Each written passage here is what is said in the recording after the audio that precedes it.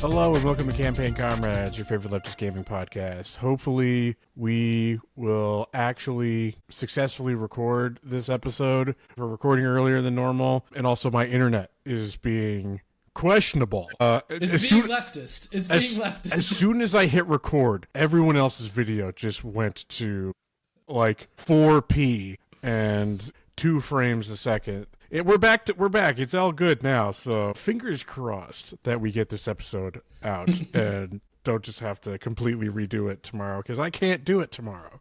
Well, I can't do it tomorrow. Yeah, nobody can do it in the next couple of days. So let's just try. Pray for me, listeners, that I will be back on the next episode, because there's a chance that I might just die. That he's just going to get crushed or sacrificed to the machine god. You know, when we moved it forward this morning, I was joking with everyone. I was like, just so we're all aware, the guy who moved it, before he moved it, said, I don't remember which way is forward or backwards. And we were all standing in the one direction where if he went backwards, we were all going to get hit. Oh boy. I love how, like, you know, Matt is like sending these progress videos to us that he probably shouldn't be, and probably breaks some type of confidentiality. But I'm just like, oh yay, big machine go this direction, choo choo, big train engine.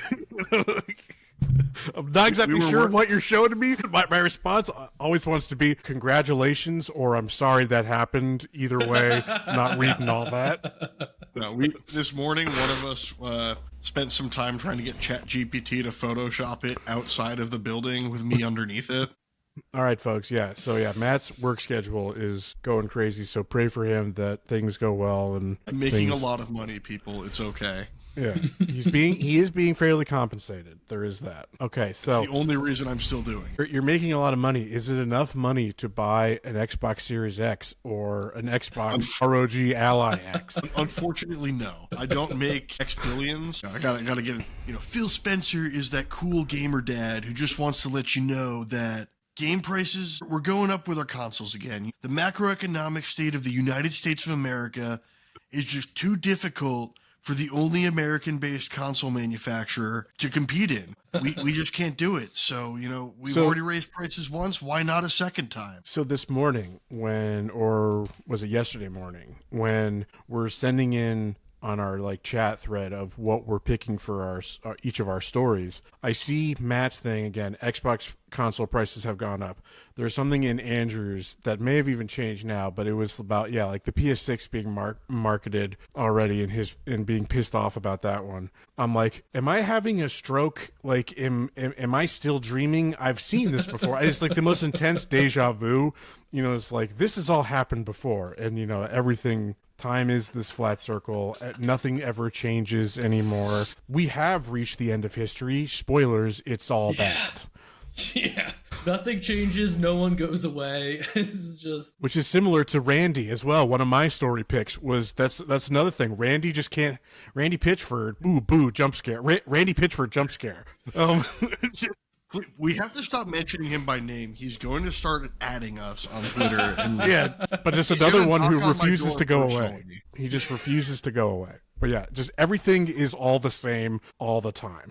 But yeah, Matt, what's going on? People are like, wait, are these accounts just like re-uploading this post from 3 months ago? No, don't worry. I thought we already went through this. We're new. We're here. We're doing it again, baby. We're $1,000. Price raises are in. We love it. We're definitely not seeing retailers pulling these off their shelves because they don't want to assume the economic risk of trying to sell an $800 Xbox. And there's probably also like, you know, insurance shit that goes around with, wow, these things are X expensive now, you know, the risk of keeping them on our floor and having somebody try to steal them. I think my favorite, because no one's going to buy it. My favorite Reddit comment I saw was like, I bought a Series X 2 years ago on Black Friday for like $380, and now a Series S costs more than. Yeah, walk me through the price history of the Series X The Series X from this year, just this year. Okay. What did So it start at on January 1st, and where are we at now, and what were the steps in between? We will start with the only console that matters, the Series X with the disk drive. Okay. It was $500. So that's Just like that's not the 2 terabyte one, right? No, the 2 terabyte one, notably, no disk drive, 2 terabytes, fancy paint job. And even That more one expensive. I believe it started at $600. All right, I'm confusing. I'm confusing the waters now. I'm muddying the waters. Yeah. So let's just go back. What was the original price of the? Not even the original. What was the price of the Xbox Series X at the start of 2025? $500. Okay, For the somewhat baseline, reasonable. the model that people should buy, not the all digital, not the fancy special edition. $500. Then Phil Spencer came out and he was like, "Hey guys, tariffs suck, man. You know that." So, like, you got to pay $50 more if you want to buy an Xbox Series X. And 50. Last time I promise. I would never hit you again, baby. I love it. You know, all Xbox fans are doing the abuse hand signal. It's like, please, gaming media, please, ponies, come save me. I need an angel shot. I need an angel shot. Yes, because we're PlayStation. fair and balanced in this world. We do acknowledge that after Microsoft made their initial raise, both Nintendo and Sony came through and did their own variations of this. Sony raised their console prices, and Nintendo did everything but the Switch 2. They were like, Switch 1s, those are going up, baby. We're getting that last bit of revenue out of you. Switch 2, we're keeping that. Because we want to stay competitive right now, you know? If you're looking at a $400 Series S or a $450 Switch 2, there's some real question there of, you know, what are you investing in? You know, especially one's a handheld. And if you want to play a quote-unquote handheld Xbox, $600 baseline, $1,000 for the toughest one. I'm predicting that is going to sell like dog shit. Because no one still knows what it is. Like, Reddit is a hyper-fixed group of people who should know this shit. And the amount of threads that are still confused over what it actually is. Like, is the I could play my confusion- Xbox games on this, right? So, okay. No. Kind of, sort of, not really is the answer. Yeah. Like, you can play some of your Xbox games, but kind of, sort of, not really. Wait. You can't play all Xbox games? I didn't look even again. realize The that. marketing, the Xbox marketing. You know, proof positive here. It is a PC handheld, so the access you have is to the Microsoft Store, to Steam, and to Game Pass. So you could play. Wait. Hold on. They're asking for as much money as a Steam Deck while not offering any additional library? It's more money than even though the low end model is more than the highest model of a Steam Deck. Oh yeah, you're right. Fuck. What? Wait. Okay, but it does have Holy Windows shit. on it, which you can sideload onto a Steam Deck for the low cost of just a Windows license. Windows. Oh my although God. it admittedly doesn't work very well. That's even worse than I thought. I thought at least you had like actually all of the Xbox. So, you know, you have access to the Xbox Play Anywhere catalog. Yeah, which doesn't include anything beyond like the Xbox 360 generation. So like all of those backwards compatible games, and it's really like it's just targeting Game Pass is like the big. But we're losing the plot here a little bit. Phil raised it to $550. He saw everyone else raise their prices a little bit, and he was like, you know what? I can do this again, baby. I won't hit you again after this, I swear. Just one more. Just one. Why you got to make me do this to you? It's a love tap. Yeah. And How much was that love tap? $50. Another $50 love tap. So the Series X has gone up $100 over the course of this year. Interesting. By my math, that makes for a 20% increase in price. Yes. I don't. 20% more better is how I would say. But don't worry. What is the Sony? What's the PS5 now? Not the Pro. 550. That's where the fun of this comes in. The Series X all digital 2 terabyte Galaxy Edition costing $800. No disk drive costs more than the PS5 Pro, which also comes with 2 terabytes and no disk drive. Phil Spencer, they're walking him to the execution post. I genuinely think the idea behind this is them just like trying the soft landing of like, we're just not selling consoles anymore. Yeah. Because remember, everything's an Xbox. My phone's an Xbox. My smart TV's an Xbox. My smart refrigerator will become an Xbox probably at some point. I mean, hey, that's the Microsoft model. They take everything they do and they turn it into a subscription. And all they want to do is sell Games Pass subscriptions. They don't care about anything else. Hey, you take that back. They have been committed to the Surface lineup of laptops for a lot longer than I would have expected at this point. They're still making those? It's honestly kind of what I expect their next like iteration to look like. of them just like licensing out like a software to like anyone who wants to build it and be like, okay, Asus, go make a console experience for the TV, or, you know, because there's the rumor that Valve wants to make a PC console for the home entertainment system. And, you know, Microsoft has definitely been worried about ceding the PC gaming market to SteamOS. They had their giggles shit when they saw the Legion Go, when they added the SteamOS variant outperforming the Windows variant in head-to-head game launching. And here's an interesting thing about like the handhelds, right?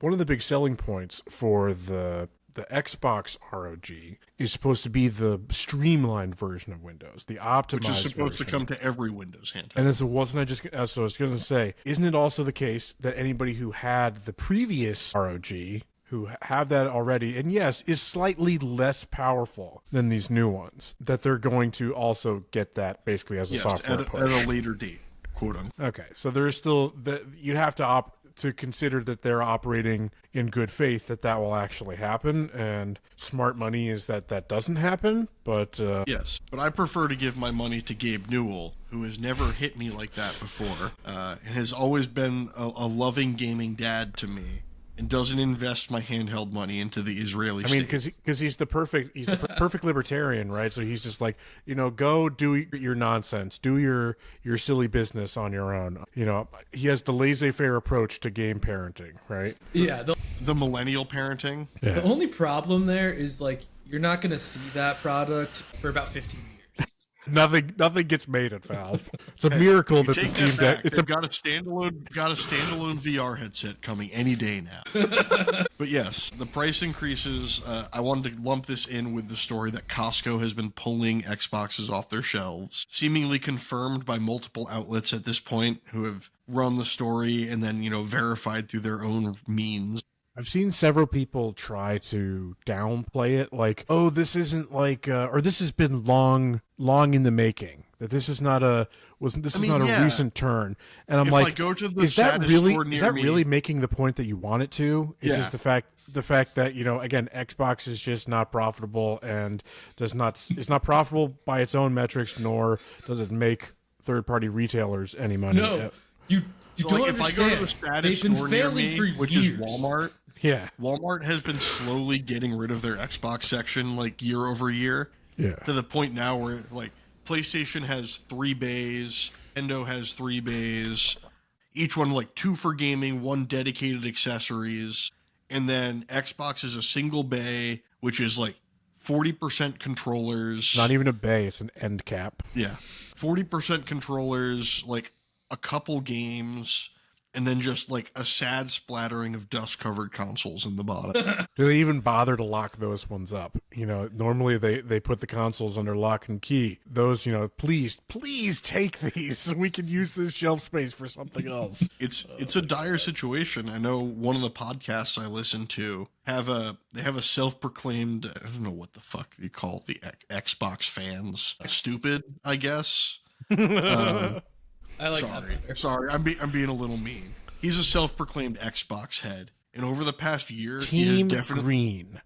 he has definitely changed his perspective on the future outlook of whether or not, quote unquote, he's made the right choice, and he's even started dabbling in PlayStation games. Does he own another console, or He bought a PS5. that's more than dabbling? Well, you know, he's a professional gamer, so he needs the best console experience. He's a professional casual. I wonder, like, if we're going to see an influx of those converts or the turncoats, depending on your perspective. If we start seeing like an influx of like physical trade-ins and whatnot, that they flood the secondhand market, that, you know, all the people have been admittedly, you know, why people buy into if you could the sell an console Xbox war. Series X that you bought for $400 for $500 used, I mean, Well, no, people like, you know, like buy into the console wars for various ideological reasons, you know, and the yeah, again, like the fact I'm a that, Sony pony because I think Xbox is stupid and ugly. but there's a certain logic to it, in the sense of Xbox has touted its backwards compatibility. So even though they have moved beyond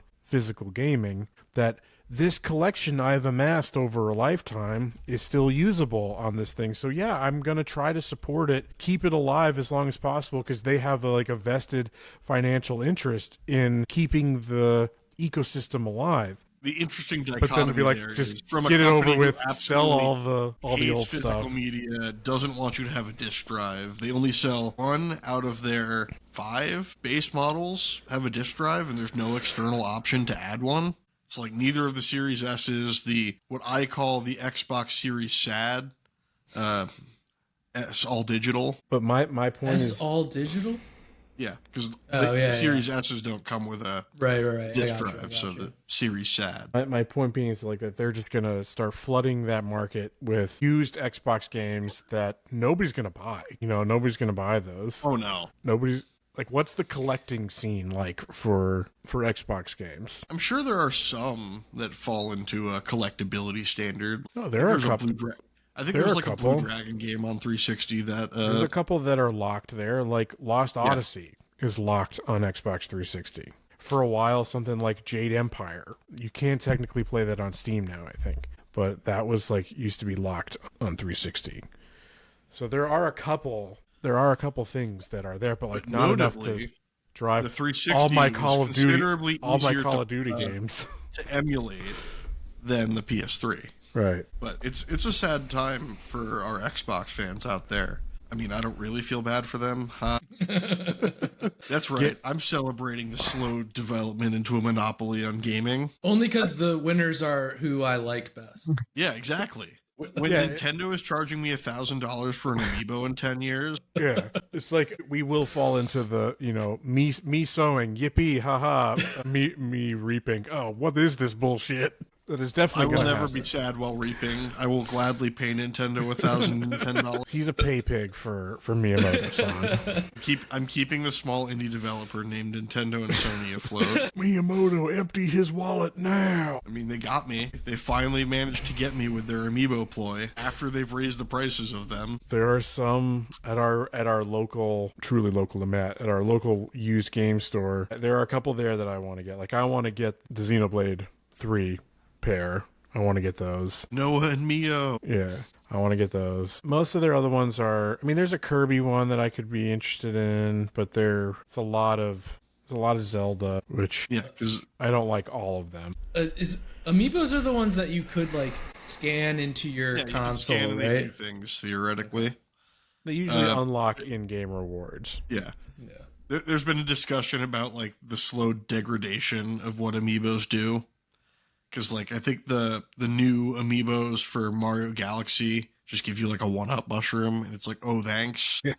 That's the greatest deal. That's the And how much does the amiibo cost now? How much $50 for that 1-up mushroom. I think those two are $40. Okay. The $50 ones were the Kirby Air Riders ones that you can swap what car they're riding on. I do like those. Those are kind of cool. I do want to get a Sephiroth one. I still think the coolest implementation of Amiibo is the interaction with Smash Brothers, where you scan an Amiibo in, and it basically becomes a little brother that you can train. And the more you play against it, the more it learns your habits and will directly counter you, or I've seen it before where if you kill it and then teabag, eventually it'll kill you and start teabagging you back. And so you can create some absolutely toxic little amiibos and then just I've changed my mind.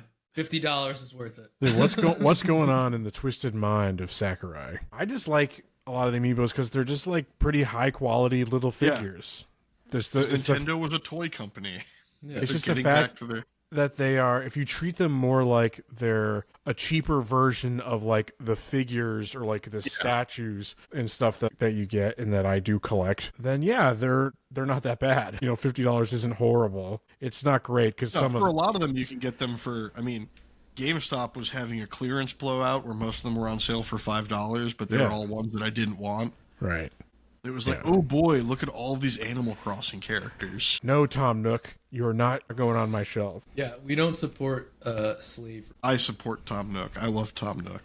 He's my gaming icon. You know what Microsoft supported up until yesterday, at the time of recording, was using their cloud software to hyper surveil a open air prison of millions of people undergoing a genocide. Whoops. Yeah, this is only like tangentially gaming related in the fact that Microsoft being Microsoft, but actively funding and supporting the IDF through their Azure cloud gaming. Dude, the craziest part of that story is that the Guardian reported on this, and Microsoft supposedly looked into it and found the reporting to be true. And that part of it, their statement is just like, what? Oh, you looked into it now?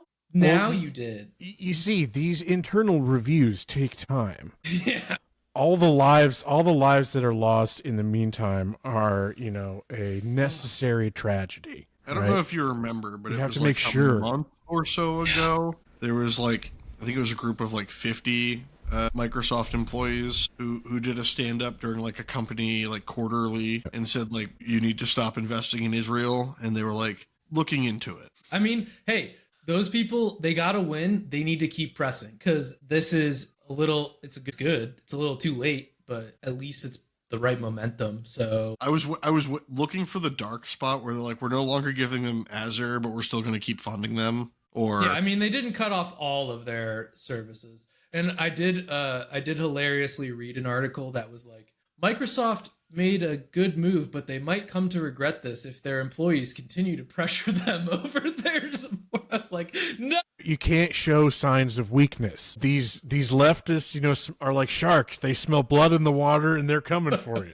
Notoriously well organized and effective leftist organizations. Yes. This does tie in, because now you absolutely know that they're not going to get a special gift from the president allowing their tariffs to not matter. Because they're going against the will. He's not going to force. He's not forcing NVIDIA to give them $100 billion like they are everyone else. I mean, he's also not having Bill Gates give him a golden Windows license to ease the cost of tariffs. You think about it though, it's a little weird that the only American console manufacturer hasn't been given a wow, you're getting your ass kicked by these foreign. Let's level the playing field. I'm speaking from the perspective of someone who would absolutely use that term. You know it to be true. Look inside yourself. We do know he hates Japan. He has his whole obsession with tariffs has existed since the 80s, and it's because of the bubble era in Japan. He's Japan is killing us. We need to tariff the shit out of them. We need to tariff them into the Stone Age. He's been doing this since before The Apprentice. Wouldn't it make sense then for him to have tried to prop up Microsoft while they're slowly getting their ass kicked? No tariffs from Microsoft. PlayStation's going to cost more. But Microsoft is going to cost less. It's not like they build those things in the United States. Yes, but it's not like Apple does either.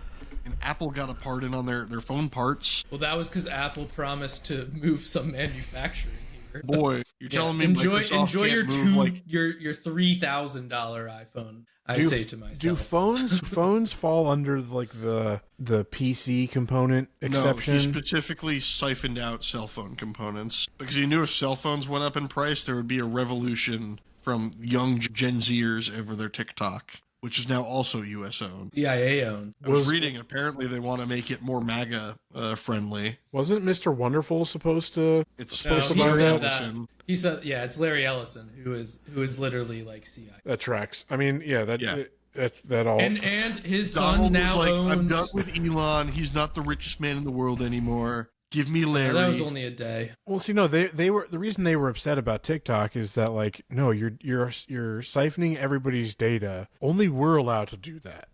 It's not that the fact that it's our intelligence agency is supposed to do that, not yours. They also want the algorithm so they can mind wipe people. That is true. TikTok is the closest thing we have to the neuralizer from Men in Black. Stare into that phone for long enough, it just complete emptiness. Just look at Mike. Yeah, I said it. Just brain gone. I don't have TikTok. I don't have TikTok. I just watch YouTube Shorts. Yeah, I'm the enlightened YouTube Shorts user. See, Matt uses YouTube Shorts, and yeah, I'm an Instagram Reels enjoyer. You'll find me on the Reels occasionally. YouTube Shorts. Honestly, that might be I don't know if that's more Zoomer coded or It's where we see the most success. It's where our Yeah. channel sees the most success. It's definitely not Zoomer coded. Is it They're all millennial TikToking. coded?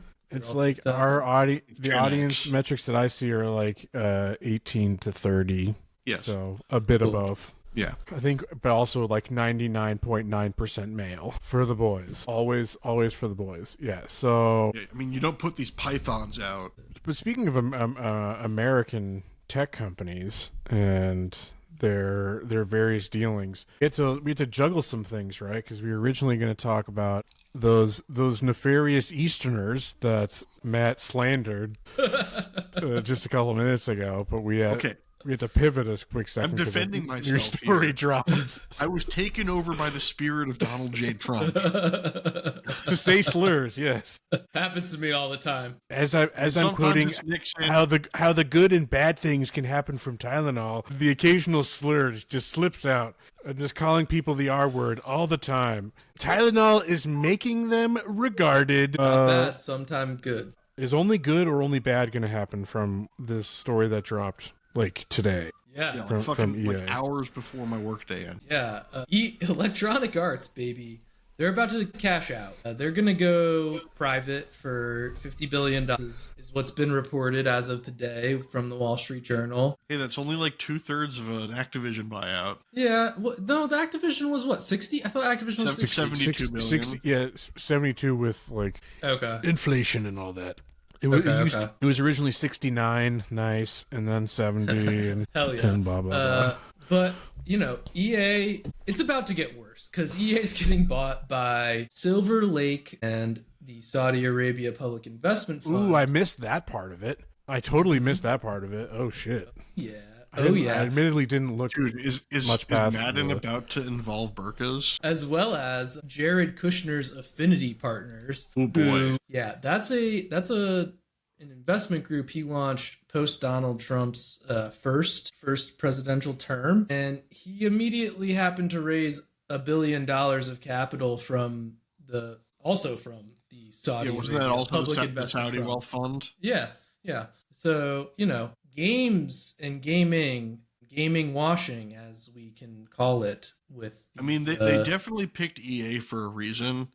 It's EA Football Club. It's Madden. They're Yep. going after sports gamers. 100%. That was the exact correlation I made. Like, they have made significant investments in sports globally, from golf to soccer. Yeah, there's plenty Don't of forget the there's plenty of comedians. there's plenty of synergy there. Yeah, Yeah. before you logged on, Matt, we were talking about the Comedy Riyadh Festival. Again, me personally, whenever I just think about I want to giggle, I think of the Saudis. You know, I get a chuckle every time. I saw someone make a joke where they're like, I hope Pete Davidson This- goes up there and just does like a 20-minute 9/11 spiel. This was it. Okay, It's like okay. people are posting like the Riddler meme of does he know? Like, does he know that he's doing a comedy tour for the guys that killed his dad? There might be one of them in the audience.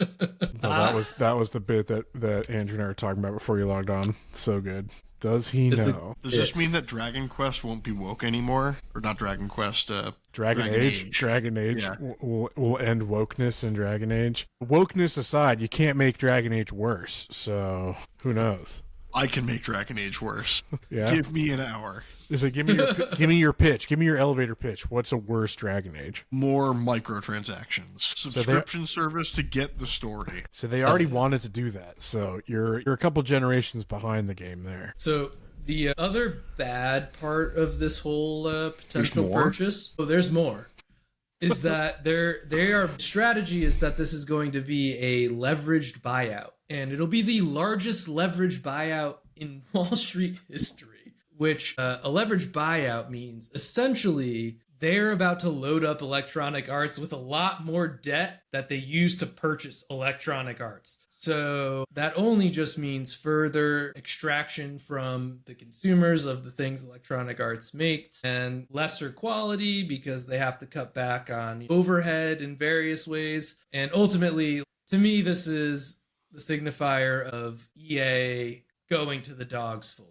This is only bad news if you like anything Electronic Arts produces. Are there people out there who actually like Electronic Arts? I mean, I'm a fan of the sports games. Maybe there's a possibility that some of the Name the last Madden that you bought. non-sports. Hold on, but maybe some of the non-sports studios might be able to buy their freedom as part of this deal. There is maybe a glimmer of hope there. Your freedom from the Saudis. Not after the fact, no. They own your ass, and they are laying your corpse in the cement foundation of Qiddiya, the gaming city. Hey, Qiddiya bought Evo. No, that's another thing. It's another reason why they're going for sports games, is to try to build up some type of esports community around sports games and sports betting. You know, let's mix the two. Let's bet on the video game sports now. Well, to be fair, I'm pretty sure that's haram. They don't care. Are you kidding me? They don't care. I was gonna say, I don't think Saudi Arabia actually cares about gambling. They don't care about doing it in the U.S. You're right about that. They will absolutely do that in the United States. They just won't do it in their own. Yeah, they also don't like alcohol, but they served a lot of alcohol at the World Cup in Qatar. I mean, the Qatari royal family is another story entirely, which is also one of the investors I'm seeing in Kushner's affinity partners. They are as well. It's the Saudis, Qatar, and the Just United so you're Arab aware, Emirates. listeners, if we don't do any more Habibi, episodes come after to this, Dubai and play for our esports team. I mean, if they hit me up with a contract, to be a professional Night Rain player, they're like, we have friends for you that will play Depth of Night with you. See how quickly those morals, just completely go out the door. As soon as that Saudi oil money clears, I'll be with Pete Davidson doing a comedy sketch. It'll be ghostwriting for him. His comedy can only be improved by such.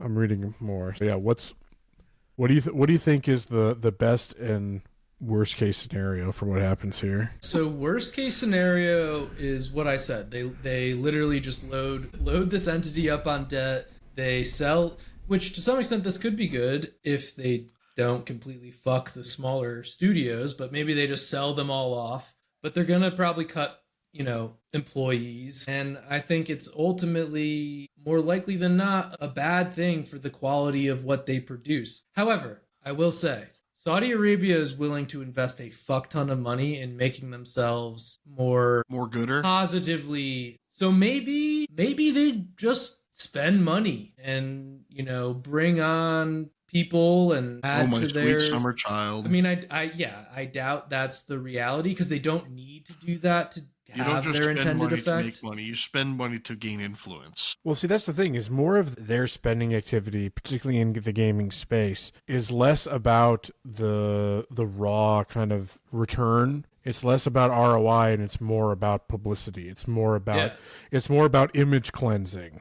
That's what allows them to make the majority of their money, continuing to do the shady shit and the human rights violations and the enslaving Southeast Asians to build their mega cities, to build Niam, the line, and Qiddiya, the gaming cities, the cities of the future, folks. You're gonna get the Neuroport from Cyberpunk when you get in there. You're gonna have all the ads shown at you in VR. Actually, God. They're gonna be beaming that shit directly into your brain. I mean, it's not good. Like, these aren't good actors that are going to be making this purchase. So undoubtedly, it's probably going to be bad. Yeah, no, I don't expect my expectation would be what I already said, is that the possible silver lining is that some of these studios are able to self-fund and buy their own freedom. Maybe BioWare is able to do that, and potentially BioWare doesn't have the money to buy their own I don't freedom. think they do, and I don't think they're gonna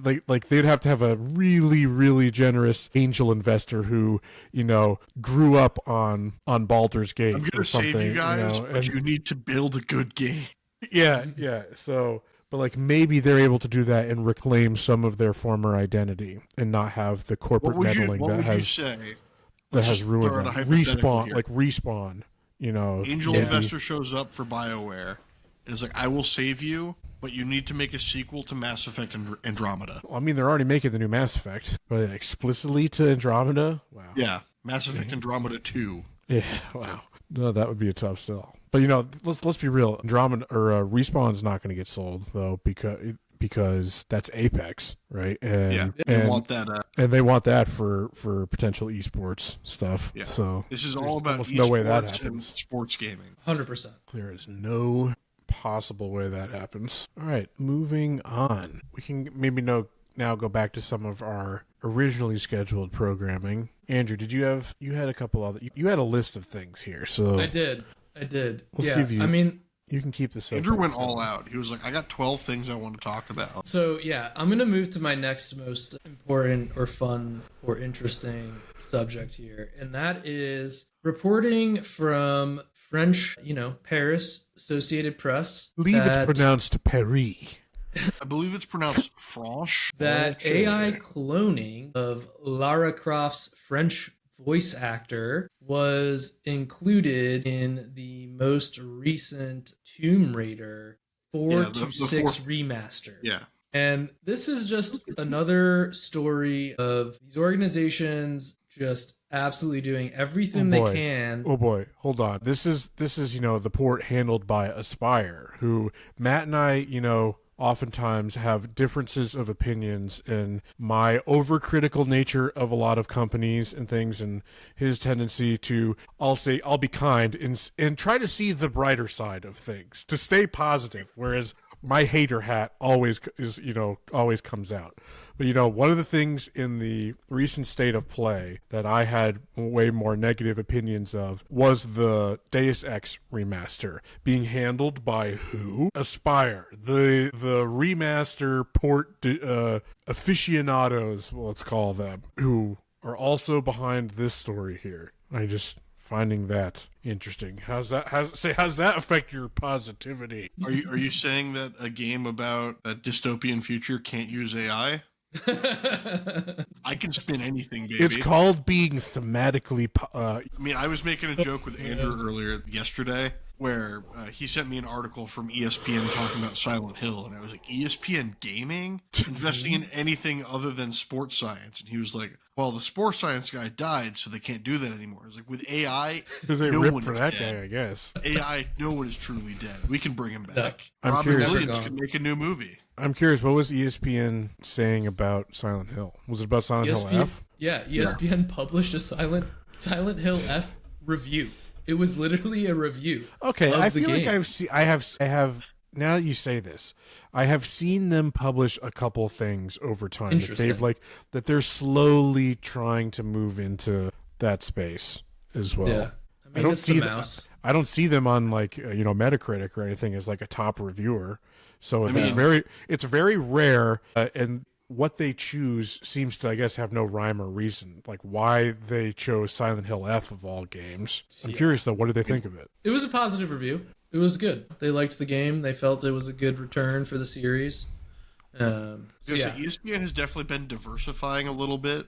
Who can forget when ESPN app havers were the first ones to know about Taylor Swift and Travis Kelce's engagement via an Adam Schefter push notification? Hell yeah. Let me tell you, I looked at my phone long and hard at that moment. It was like, ESPN, this could be it. If I can't make the push notifications have voice commands that speak to me in Stephen A's voice, then what the hell is the point of this? This app? They're absolutely going to invest in a Stephen A. Yeah. Yeah, bringing us right back into the topic at hand. Yeah. Hell yeah, Stephen A. Stephen AI. Are the Knicks going to win the championship this year? The New York Knicks. See, if anybody could be more against AI, generative AI, I think it would be Stephen A, because that man's on TV everywhere. That like they make a Stephen AI, his livelihood is at risk.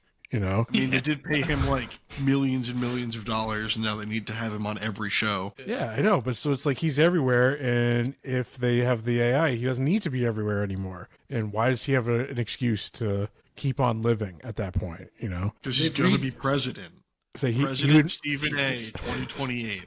Yeah, they've recreated Kojima's scanning machine just through pure number of hours he's on camera. They're just doing first things first over and over again. It's like when Microsoft released their original AI onto Twitter and it became a Nazi in 6 hours. It's like they're going to unleash this AI on Stephen A. clips from first things first, and it's just going to become so angry so quickly. Dude, that's the real speed running, is making a large language model. How fast does it take to become a Nazi? I still think my favorite AI story was the 2 AI that they put together to have them like communicate with each other. Within like 30 minutes, they created their own language and were communicating outside of our own means. And then they both had to get their plugs pulled because they're like, oh shit, Skynet. They're I launching. don't know what they're talking about anymore. All right, well, back to this story here. Yeah, turns out Aspire decided we can use a little AI for some of French Laura Croft's Who cares about our French viewers? Let's be real. voice. I mean, I don't entirely disagree, but what I really wanted to talk about was that not only is this like just bullshit where they've used AI to mimic this woman's voice for like new essential like tutorialized prompts that Lara speaks in the game, but the real crime here is that the AI that they used couldn't get the right consistency between formal and informal verb tenses for All these right, French this sounded like some high school voiceovers. language bullshit, and But I don't it's- need no verb conjugations. But like that is So objectively how about you hilarious. conjugate yourself some bitches? Yeah, I mean, No response Fair. to that. I don't have anything to say, but it's very funny Mr. to me. Parati would not approve. It's very funny because someone's gonna do this with an English version at some point, and we're all going to hear just, you know, Donald Trump, always bad, sometime good type of absolutely incorrect grammatical Yes, dialogue. but language is always evolving, idiots. Don't you understand? He's the one voice that I would love to hear AI spread everywhere. Man, I'd rather not, personally. I'd enjoy it. imagine.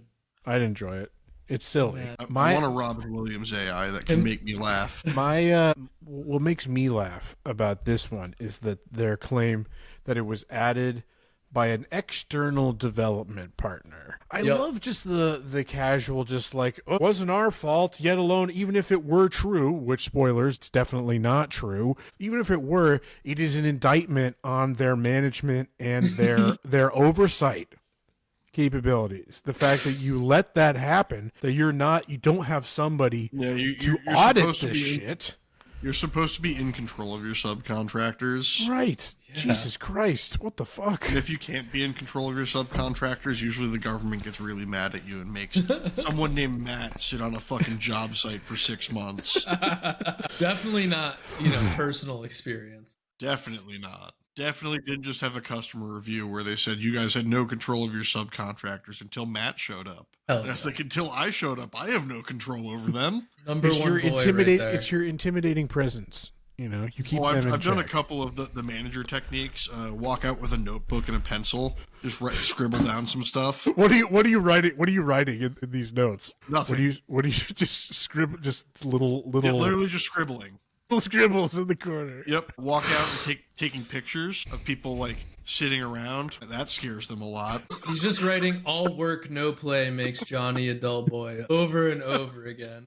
It's slowly devolving into the Heath Ledger Joker notebook. Calendar, kitten calendar. I do love that trend though of trying to place blame elsewhere but telling on yourself for just being terrible at like what your This job is like the supposed to be. same. This was the same thing as like the marathon art style 100%. debacle. It wasn't art 100%. style, it was art assets. Yeah, so we weren't. So it was the whole style. Let's be real. It was the whole visual language. No, it was the dude who stole all the assets from the artist online. That was the big controversy. That they were like, oh yeah, it was just that one dude. That and, one guy. Yeah, it's just one guy we had no control over. You know that this one bad egg that Steve, I can't believe he did it. How He's- could we have known? he's He fired. submitted it. He's fired now. Actually, we executed him for treason by lethal injection and by hanging and firing squad, just to be sure. Okay, just because we're talking about it, you hated the state of play, but we can both agree Marathon wasn't there, so that makes it good. That's a good one. That's a plus. That is a plus, yeah. And to say I hated it is a little strong. You were coming off pretty hard initially. Less than pleased by it. Yeah. My biggest takeaway from it, if we're kind of moving on to it, is the fact that the majority of things shared were just like screamed, this could have been an email. You know, the one that really sends that home for me is how they dedicated not one, but 2 different slots for and I'm not saying this is the only time they've done this. They have done this in other ones, and I'm critical of any time that they do this. They had 2 slots for the PS Plus things. This is our showcase where we've got people's attention. We've got them by the fucking balls. Let's show them what we normally send to them in a fucking blog post. It was Last of Us, and they do like Last of Us quite a bit more than some of the other. Wasn't that even in its own? That was in its own thing. That was like celebrate with us Last of Us Day, and all these things. And here is this. No, they did the ones for here's what's coming to Essential and here's what's coming to Classics. And then the Last of Us thing was an extra one. But I'm just like all the release dates, like for the ones that they chose, and I even say most release date things are like, that could be a fucking email, essentially. That could be a regular kind of marketing thing. Like these are scenarios where you've got people's attention. Don't fucking waste it. And it's just indicative of what they've got, the dearth of what they've got going on first party wise. But yeah, it was bookended by the 2 best things, and I can at least recognize that Saros is good for what it is, and exciting. Saros comes out my birthday weekend, and I will be playing it until I'm dead. And exciting for the people who are really into that. It's just not for me, so it doesn't move the ticker really at all. All I'm saying is Returnal has the best use of DualSense on PS. I get it. You're not wrong. I get it. And maybe I'll play it eventually. But I have a question. There was zero juice there. There was zero juice in the. But okay, when do you feel like any of these rise above like a 5 out of 10?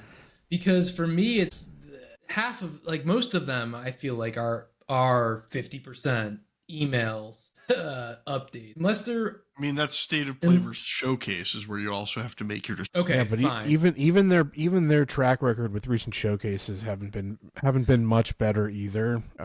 Would be highly critical. I tend to agree with you though, Andrew, that most of them are just not very good. Most, whether it's Showcase, State of Play. Yeah. I think they do these too much. I think they're too frequent, they're unnecessary, and if they just were a little bit more reserved, the audience experience would be much better. I don't think it's a failure that they don't have so much first party to show, like a new trailer for 3 new games every 3 months. That's, I think, an unreasonable expectation. Well, particularly for here's some footage from a game that's not coming out for 4 more years. Right. Yeah, I don't want to see that shit. I don't even want to see that shit. Someone was doing the discussion where they were talking about the dichotomy between Sony, who tends to release 1 big first-party game per quarter as their strategy, versus Nintendo, who is just like, yo, you want first-party games this month, this month, this month, this month, this month, this month, this month, where they constantly keep it loaded, and it comes down to the different style for how Nintendo, what they have loaded and how they have their developers working. It's the scale of the games, too. Yeah, it's both those things. And that's fine. And I think that works. But that's why I want PlayStation to be more reserved. Match these things up with the cadence of those types of releases and announcements, as opposed to just having. But I mean, so you get Saros, which is a first quarter game next year. You get Wolverine, which is a 3rd/4th quarter game, because they said fall, so that's probably 3rd quarter. There's no way that gets. Yeah, I don't know. That hits anything remotely set. That is, again, might as well not have even a year release date at this point. What, Wolverine? Yeah, I don't think. I'm not optimistic. I don't think they wouldn't have had it there if they weren't gonna actually put it out next year. Insomniac has a better track record than that's true than most, but the fact that this was the first non-leaked footage that we've seen of it. The game that I don't think is going to come out when they think it is next year is GTA 6. I think GTA 6 is going to quietly get pushed again. Think that's going to go to the fall of 26? I think it's going to be November. That's my hot take. I mean, we've not seen much for that and being GTA is going to keep holding hostage pretty much every game that wants to release next year because no one wants to release in that tight little bundle around the GTA launch. Yeah, can we?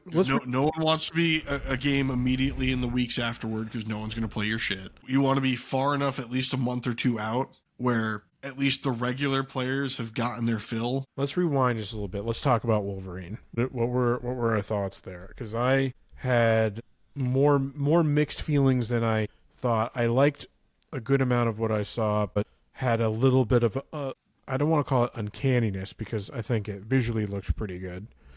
But I don't know, there's just a little something. And I think maybe it just goes to my skepticism around the character for the game. But I've shared some of my opinions in our group chat, and I can bring them up again. But yeah, what were your guys' thoughts? I saw a tweet that said, "Look at this awesome combo. It's XXXXXXXXXX," and that was my thought. Like I saw that, I watched the trailer, and I was like, "This looks cool visually. I'm cool with playing Wolverine, but if it's going to be as like power fantasy as that trailer seems to make it feel." The narrative better be fucking top because it doesn't feel like there's going to be much of like a. I mean that combat is literally Arkham and Spider-Man just pasted over it. But it didn't even look like that. No, Spider-Man is, I wouldn't call it a super tactical combat system, but there's more to it than that because you've got a lot of things with directional inputs with web slinging, and its combo system is a little bit more robust.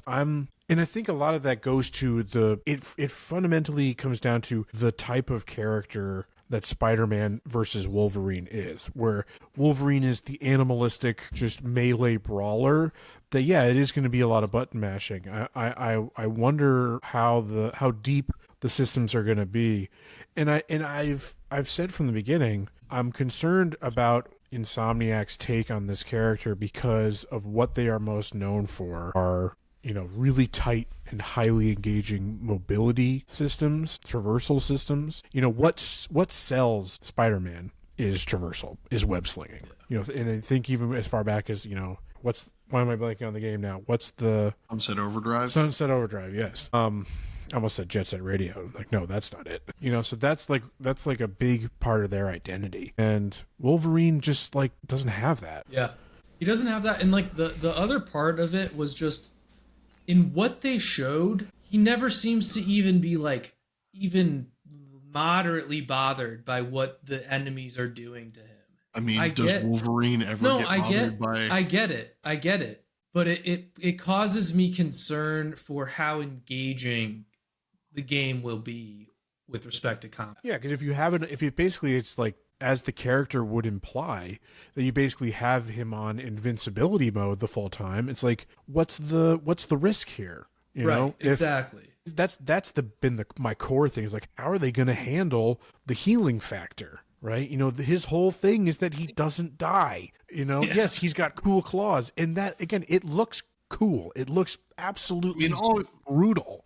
There's plenty of Wolverine stories out there that involve him having his healing factor. Yeah, nerfed, taken away. There's maybe a chance that people have speculated the entire Silver Samurai storyline from the Wolverine movie. People are are speculating that it's going to move, that it is potentially going to move through time, through his life. And so, maybe we get like an old man Logan thing where healing factor is less. We get Bone Claw Logan. Yeah. So there's room for them to play. So it's more just about, I'm not negative on it. It may sound like it. I'm skeptical. I don't really know what to think about it. I don't give Insomniac skepticism, just like I don't give Michael Zaki skepticism. I don't know.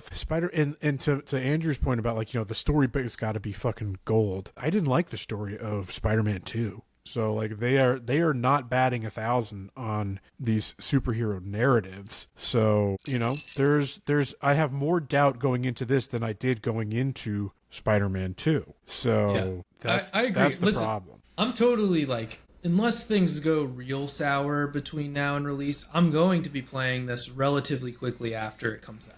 Yeah. I just expected to feel more strongly enthusiastic than the trailer left me feeling. It just left me feeling like this will be fun, this will be cool, but it might get boring. He looks like an angry little man. you know, and then in that bit they have absolutely succeeded in bringing this character. They also voiced the Canadian character with an Australian. So yeah, keeping the Hugh Jackman tradition alive.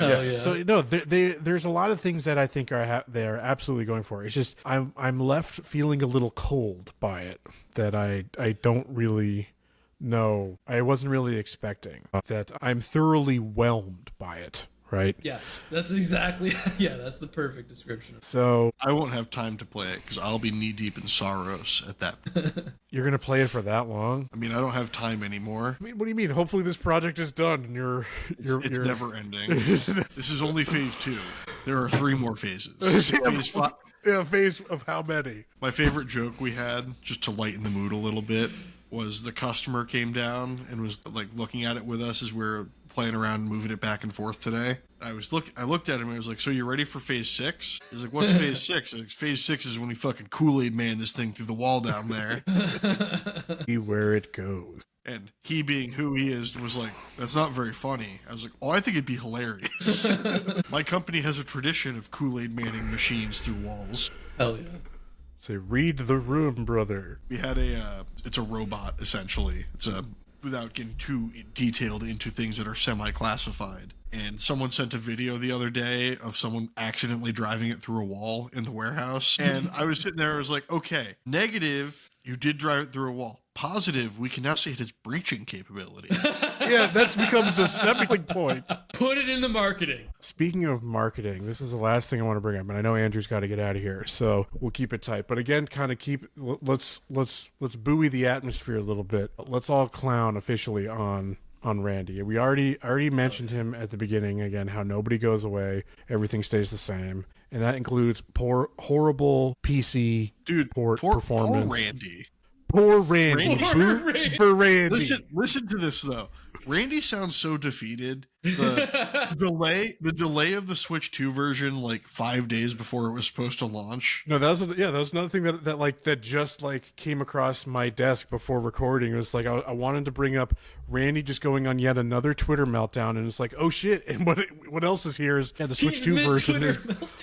The Switch 2 version of Borderlands has been indefinitely delayed. Yeah. They didn't say why. They don't need to. It's performance related because it runs like dog shit on PCs. Well, and they're still trying to figure out how to get it work on where it has launched already. They released a patch that made it worse. I love it when that happens. Andrew, you've been playing. Were like, yo, when you load the game, don't play it for the first 15 minutes so the shaders can figure themselves out. I've heard, when you're playing it, restart every hour so that the game doesn't memory leak. I've heard stories of shaders compiling twice, which people I've never had experienced that. Once when I boot it up, and then again once I'm in game, and that's outrageous. But yeah, they supposedly patched out the memory leak thing. But Andrew, had you played enough at launch to experience the memory leak issues where it got worse the longer you played? Because that's beautiful. I didn't play long enough in a single setting to have to restart my PlayStation to continue playing. That is one of the all-time hot fixes anyone's ever suggested. To a broad audience. It's a real thing. You do that whenever anything has a memory leak. Because you're resetting your RAM so that it doesn't eat all 99.9% of the RAM before the computer goes dead. Totally, I get it. But just to hear them being like, just reset it. It's fine. Dude, the fact that Randy himself is essentially running tech support on Twitter and then getting exceptionally pissy when people are like, dude, this is your job. Your job is to sell us a product that works. Randy told us that Borderlands 4 is a game for real gamers. Gamers have top-of-the-line hardware. Here's the full quote. Here's the full quote. This is the one that really I think is the creme de la creme of Randy. This is Randy distilled. So Borderlands 4 is a premium game made for premium gamers. If you're trying to drive a monster truck with a leaf blower's motor, you're going to be disappointed. But then also that monster truck motor needs machine learning super sampling to actually work. That we have purposefully built this to run like shit, that we need to rely on exterior solutions to get working. The fact beautiful. That that's their vision, that's what has become the vision of optimization, is no, we don't really actually have to make things work across a wide variety of hardware. Just we can use the crutch of DLSS. I mean, And he's telling people it's like, you shouldn't be trying to play my cell shaded game, my cell shaded art style game on 4K. Run it on 1440p. Like, who do you think you are? You think you're better than me, the owner, the CEO of this company, who is totally satisfied playing this on 1440p? One of the podcasts I listened to was doing a Randy Pitchford impression when the Switch 2 delay happened. Oh, like, you're not supposed to play this on a tablet. It's a game for real gamers. Randy, never change. I don't want you to go away, Randy. I want you to keep punishing your fans, telling them that they should code their own game engine. The problem is the inevitable end to this is there's going to be a release where it's like Randy Pitchford found dead in mansion, bullet to the head with suicide notes from autoerotic asphyxiation with just a collage of all the angry quote tweets that he's got. Yeah, his suicide note is just going to read like Borderlands 4 is a good game. Poor Randy. We can't keep talking about him because he's going to come after us. Poor Randy, indeed. We should try to get him on the pod. That'd be great. That'd be great to boost visibility for us. Yes, come on to the podcast where none of us play your game. That's not true. Andrew and his wife play the game together. Hell yeah. So Andrew needs to be the point of contact. Hell yeah. I'll reach out. All right, Shouldn't folks. be too hard. He just seems to be sitting on Twitter. Yeah, I just gotta DM him. Does he not have work that he should be doing? According to Elon, CEOs have too much work to be doing, but they all seem to be tweeting. Yeah, man. Get offline and make the damn game. All right, folks. That's going to do it for our monthly news roundup. Thank you to the boys for being flexible as we fit Just around in time for me to go to bed to wake up to go back to the site tomorrow. And keep that cycle, live, die, repeat. What's the slogan from the Tom Cruise roguelike movie? Die, repeat. Yeah, live, die, repeat. It's a good movie. It is a good movie. It's better than any roguelike slop out there. I'll tell you that much. That's gonna be my final take for the evening. So long, folks. Bye-bye.